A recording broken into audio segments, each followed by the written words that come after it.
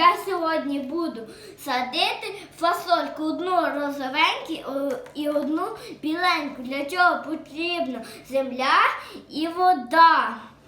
Я роблю 2 ямки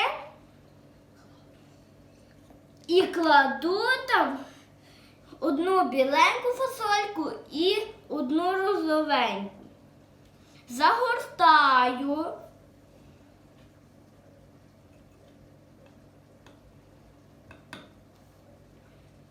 Поливаю її.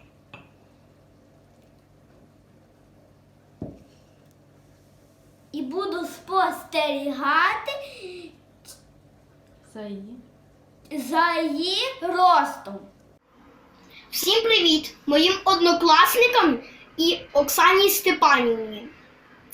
Ми зараз на карантині і ми всі зайнялися якимись спостереженнями. І я спостерігав за гілочкою алечі. Ця алеча колись були темні бруньки.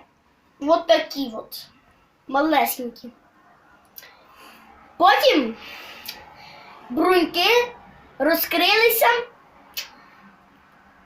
стали зелені. Такі от.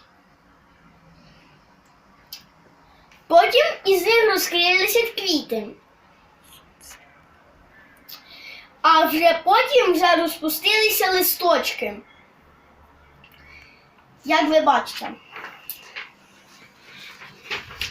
Я це все записував на цей листочок.